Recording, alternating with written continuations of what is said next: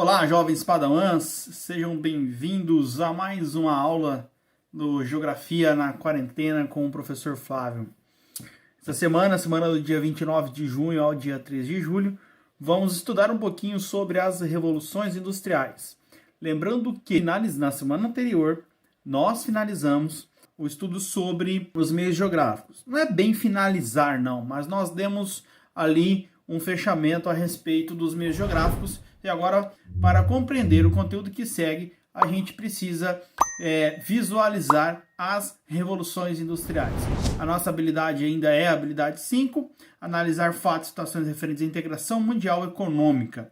Tudo bem até aí? Belezinha? Então, lá na apostila tem uma série de textos, tem 2 ou 3 textos. Eu inseri mais um para auxiliar na resposta de vocês, mas antes disso, é importante que vocês vejam esse mapinha conceitual que eu construí para vocês. Esse mapinha conceitual está tanto no roteiro, que está postado no Drive da escola, quanto no formulário, que também vai estar no corpo do roteiro. E no link da descrição desse vídeo, beleza? Ó o Mingau tentando fugir lá, ó.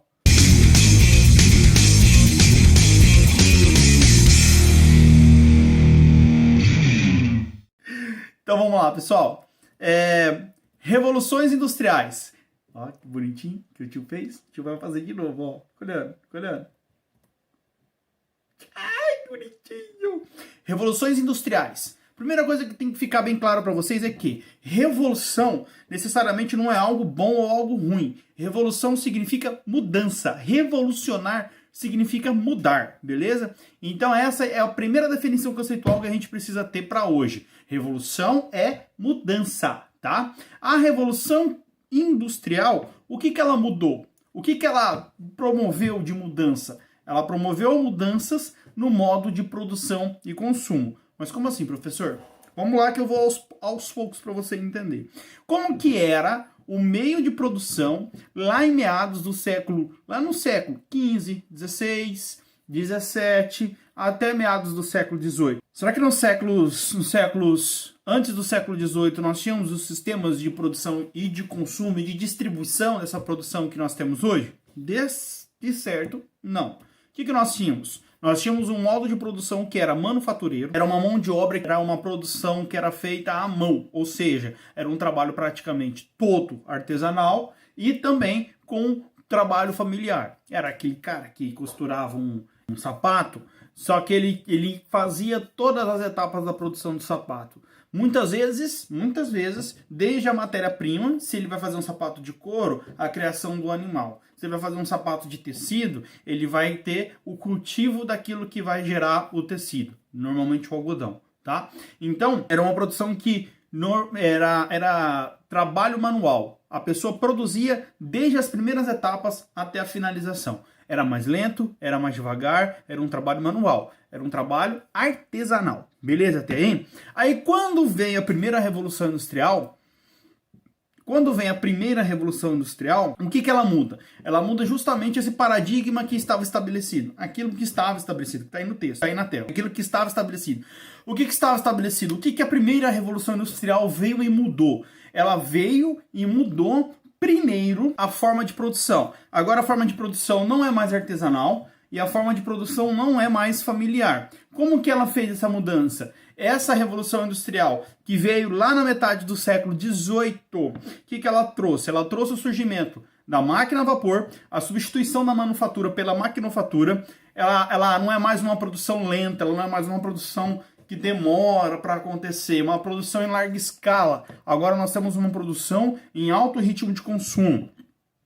E essa produção fez com que uma grande quantidade de pessoas migrassem do campo para a cidade. Por que essa migração? Porque pensa, se eu estou produzindo algo e eu preciso desde cultivar até eu fazer todos os processos, eu preciso do quê? De espaço para cultivar. Se eu preciso de espaço para cultivar, eu vou morar na cidade ou eu vou morar no campo? Normalmente no campo, certo? Agora que eu não preciso mais cultivar, eu não vou mais me dedicar à lavoura, à criação de animal, para onde que eu vou? Eu vou mudar para a cidade, para morar perto da indústria, e agora o trabalhador, o cara que produz, ele não é mais artesão, agora ele é um operário. Beleza até aí? Então a primeira revolução, ela rompeu a primeira mudança que ela trouxe foi a mudança no paradigma de produção. Não é mais uma produção manufaturada, agora é uma produção maquinofaturada. Agora as máquinas é quem produzem. Os operários, os trabalhadores, eles trabalham alimentando o motor da máquina, combustível e água para gerar o vapor para movimentar a máquina e também abastecendo ela com a matéria-prima que vai processar, beleza? Lá na primeira revolução, antes da primeira revolução industrial, olha o exemplo que eu trouxe.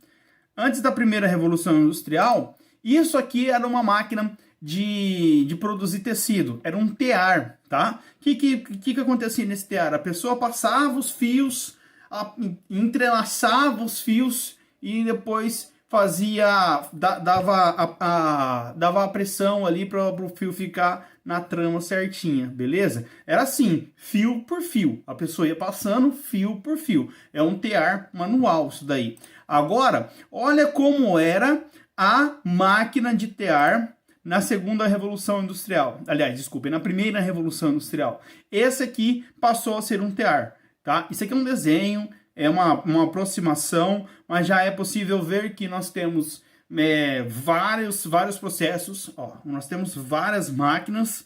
Aqui nós temos as mulheres trabalhando, e sim, a maioria das vezes eram mulheres porque era uma mão de obra mais barata. Os caras empregavam mulher e criança porque era mão de obra mais barata. Dessa forma, eles conseguiam ampliar ainda mais a sua faixa de lucro. Beleza até aí? Vamos para a segunda revolução industrial. Na segunda revolução industrial, o que nós temos? Na segunda revolução industrial, nós temos avanços, já é metade aqui. Primeira revolução industrial, metade do século XVIII. Segunda revolução industrial, metade do século XIX. Século XIX vai do ano 1801 até o ano 1900, beleza? Século XIX. Qual que é o grande rompimento entre as duas? Qual que é a grande mudança que ocorre entre as duas revoluções, a primeira e a segunda? Na segunda revolução industrial, nós temos o surgimento da indústria química, de usar o petróleo como fonte de energia mais eficiente. Também nós vamos aprender a produzir aço, que é a fusão de ferro com outros materiais que vai deixar o ferro mais eficiente, mais resistente. E nós vamos criar motores elétricos. Lá na primeira revolução industrial, os motores não eram elétricos, eles eram a vapor. Na segunda revolução industrial, nós criamos os motores elétricos. E surge também na segunda revolução industrial rádio, telefone e energia elétrica já distribuída. Beleza até aí? Da primeira para a segunda revolução industrial. Se a gente fosse trazer para os meios geográficos, a primeira revolução industrial é o meio técnico. Na segunda revolução industrial, nós temos o meio técnico-científico. Beleza? Por quê? Porque nós temos o implemento, a melhoria das técnicas de trabalho. Beleza? Agora, nós não temos mais um simples motor, nós temos um motor elétrico. Nós não temos mais carro de tração animal, por exemplo. Agora nós temos trens. Nós temos carros, automóveis, de fato, muito parecidos com os que nós temos hoje.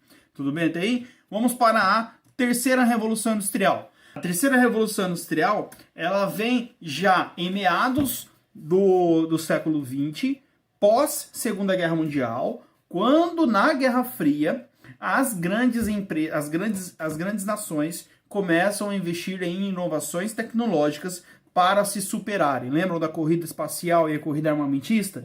Nesse momento, surgem grandes inovações tecnológicas, e essas inovações tecnológicas são no campo da comunicação e do transporte. Lembram do mapinha mundi, que o mapa mundi vai diminuindo? Do mapa do rei David Harvey? Lá o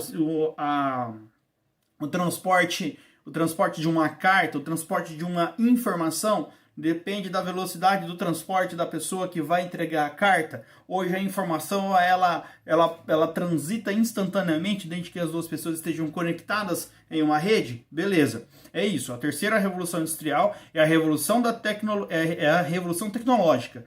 É a revolução dos grandes meios de comunicação e transporte pós Segunda Guerra Mundial, durante a Guerra Fria. Beleza? Tudo bem? Aqui, trazendo para a teoria dos meios geográficos de Milton Santos, na terceira revolução industrial nós temos o meio técnico, científico e informacional. Tá bom? Beleza? Agora, alguns teóricos já colocam que nós, em pleno século XXI, estamos vivendo uma nova revolução industrial. Nesse exato momento, nós estamos vivendo essa revolução industrial. Você às vezes nem perceba porque ela já está naturalizada para você, jovem, mas para as pessoas mais velhas é perceptível que algumas coisas estão mudando em velocidade cada vez maior, beleza? Nós falamos que nós estamos vivendo na quarta revolução industrial ou vivendo na revolução da inteligência artificial, beleza? Essa revolução está em curso e é o desenvolvimento da robótica, da inteligência artificial. Pensa, cara pálida, pensa, jovem padawan, nós temos já automóveis que se transportam sem um motorista. É preciso um sistema de inteligência artificial para que esse automóvel saiba reconhecer sinais, respeitar a sinalização de trânsito, saber onde entrar, por onde parar e respeitar pedestres, tudo bem? É preciso todo um sistema de inteligência artificial. Tranquilo até aí? Ó, trazendo ainda para a revolução industrial, olha como que é uma máquina de produzir tecido hoje, né? Uma máquina que já praticamente toda automatizada, já funcionando com sistemas de informação. Aqui você já não vê um trabalhador em torno da máquina, né? Você vai ver trabalhadores fazendo uma reposição da matéria-prima da máquina, mas ali operando a máquina, não, ela já é toda informatizada, tá? Essa é a escala de produção.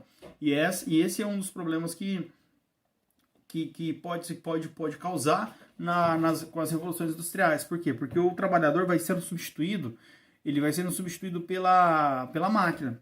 E isso vai causando desemprego.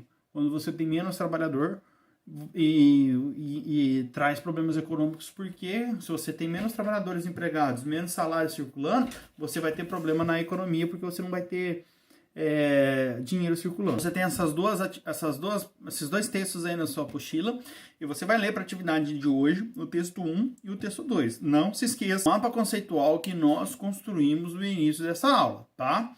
Texto 1 e texto 2. No texto 1 dá um exemplo de como a tecnologia da informação é usada hoje em dia com a questão do Waze, e no texto 2 fala dos novos bilionários que surgiram com indústrias, com empresas startups, beleza? Complementar um pouco mais as atividades que vão aparecer daqui para frente, eu trouxe essas duas telinhas aqui.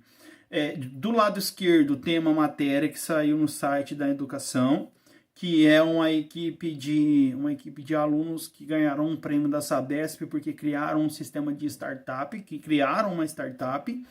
E essa matéria, ela está tanto no roteiro quanto no Google Formulário. E aqui eu tenho uma definição bem simples, bem genérica do que é uma startup. Eu tentei traduzir na linguagem mais simples possível para o que a gente precisa. Se você procurar startups no Google, no YouTube, você vai achar algumas definições que são bem mais complexas do que essa que eu dei. Porém, essa é suficiente para a gente realizar a atividade de hoje, beleza? O que é uma startup? A startup é um modelo de negócio com ideias inovadoras. Inicialmente são empresas pequenas, mas com um grande potencial de crescimento. Mas o importante é que seja de fácil aplicação e com grande divulgação com base tecnológica. Grandes empresas de hoje iniciaram como startup. A Google, por exemplo, era um projeto de conclusão de curso de universidade. A Microsoft, a Netflix, entre outras, começaram como um pequeno negócio. O Facebook também começou assim. Mas, por ter fácil a reprodução e atenderem a uma necessidade do momento, se expandiram e se tornaram grandes negócios. Então, startup é uma ideia de negócio inovadora, que atende a uma demanda que tá por aí. Então, por exemplo, a Netflix atendeu uma demanda de ter acesso a entretenimento sem sair de casa. Era algo que estava se tornando necessário em um determinado momento, tá? Então, é isso. Tudo bem até aí? Belezinha. Aqui, o que eu fiz? Esse texto 3, que é o vídeo, você assiste se você tiver com acesso fácil à internet.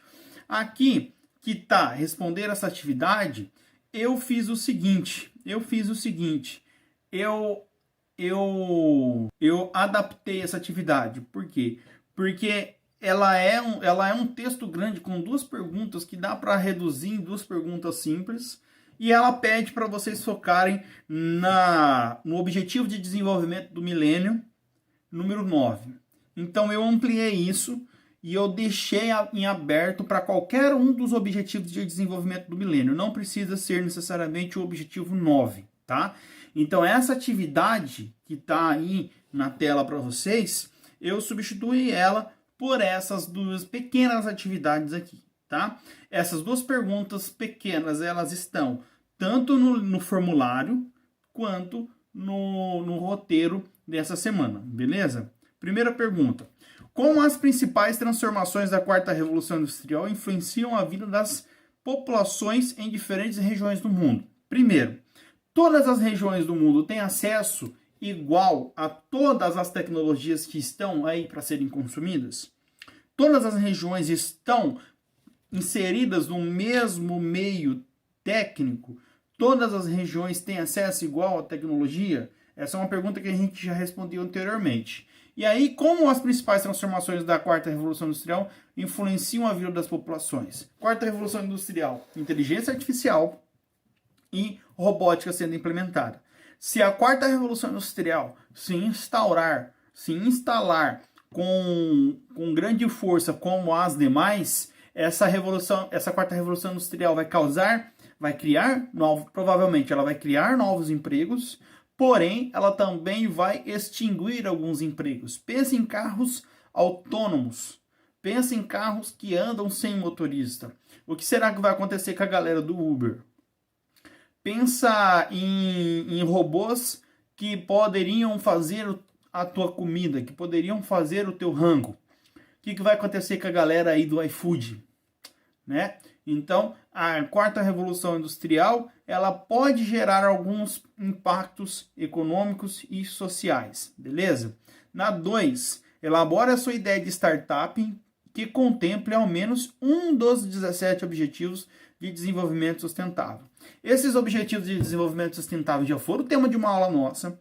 Nós temos uma aula aqui no YouTube minha só sobre esses desenvolvimentos sustentáveis, sobre esses 17 objetivos de desenvolvimento sustentável.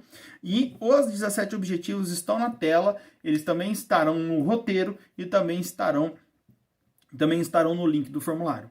Beleza até aí? Tudo bem? Qualquer dúvida, me chamem para conversar, mandem uma mensagem, assim que possível te responde, e agradeço vocês que ficaram até aqui. Tchau, valeu!